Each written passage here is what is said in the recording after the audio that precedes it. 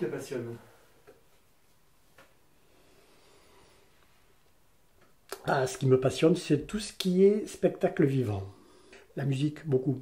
Dès que je suis seul, j'écoute de la musique ou j'écoute de la chanson. L'autre soir, je m'étais mis, j'étais tout seul, non oui, si, j'étais tranquille, j'étais tout seul dans mon coin. Et je me suis remis des vieilles chansons de Brel.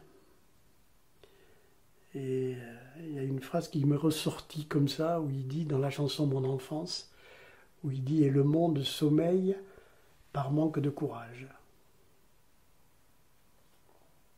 C'est bien vrai aujourd'hui, hein.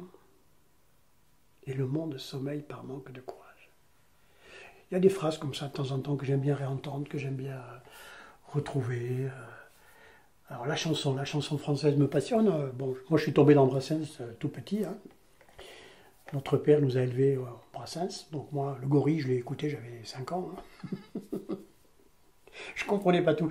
Mais par exemple Brassens a été un de mes initiateurs de la langue française.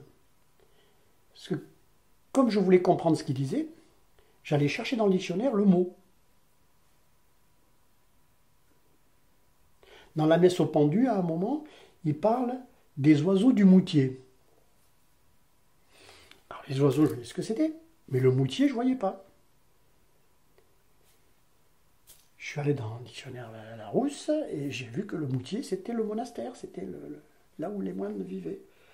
Les petits oiseaux du moutier. Ben moi, à 10 ans, je savais ce que c'était que les petits oiseaux du moutier. Et ça m'est resté. C'est un exemple que je cite souvent. Hein. Les sycophantes. Les sycophantes, c'est quoi les sycophantes? Voilà. C'est les délateurs, ceux qui vont dénoncer à la police. Voilà. Mais, sycophante, ça me gênait de connaître la chanson de Brassens et de ne pas savoir ce que je disais. Donc j'allais chercher dans le dictionnaire des mots comme ça. Parce que Brassens, pour la langue française, il en connaît un moi. Je voudrais juste rebondir sur le chant et l'émotion que ça te crée, parce que les chanteurs, qu'est-ce que tu pourrais me dire de plus sur cette relation avec le chant? Ça me touche. Ça me touche. Et alors, quand je dis le chant, les chanteurs, c'est vrai que je suis plutôt une génération, c'est pas un problème de génération. Je suis très chanson française, chanson à texte, même d'aujourd'hui. Hein. Il y a des chanteurs d'aujourd'hui qui écrivent des textes qui sont absolument magnifiques. Hein. Et Cali, quand il nous dit le bonheur, c'est un chien qui traverse une 4 voies, voilà, c'est ça le bonheur. C'est ça la vie.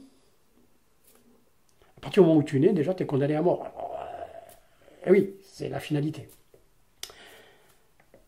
Mais la chanson, le chant, certaines musiques, la musique, le chant choral, là, en ce moment, je suis sur des chants chorales d'un groupe italien.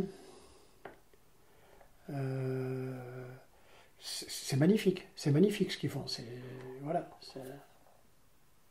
Là, je peux chanter. Je peux chanter parce que je suis 1/60e du groupe. Et ça me va très bien comme ça. C'est pour ça que je préfère chanter en chorale d'ailleurs.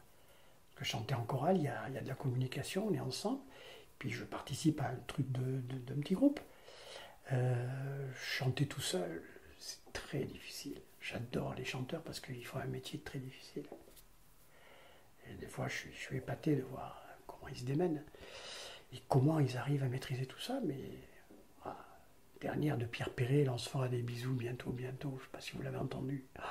Oh, je vais vous la faire écouter tout à l'heure. Voilà, monsieur qui a quel âge? Moi, quand je regarde Pierre Perret, à la fin des chansons, j'ai les larmes aux yeux. Voilà un homme, la première fois que je l'ai entendu, avec Jean-Jacques, mon copain, Jean-Jacques me dit, Marco, j'ai un disque que je vais te faire écouter. Au Torboyau, le patron s'appelle Julot. Le Torboyau. On avait 10 ans. Après, il a chanté Lily et puis tout le reste.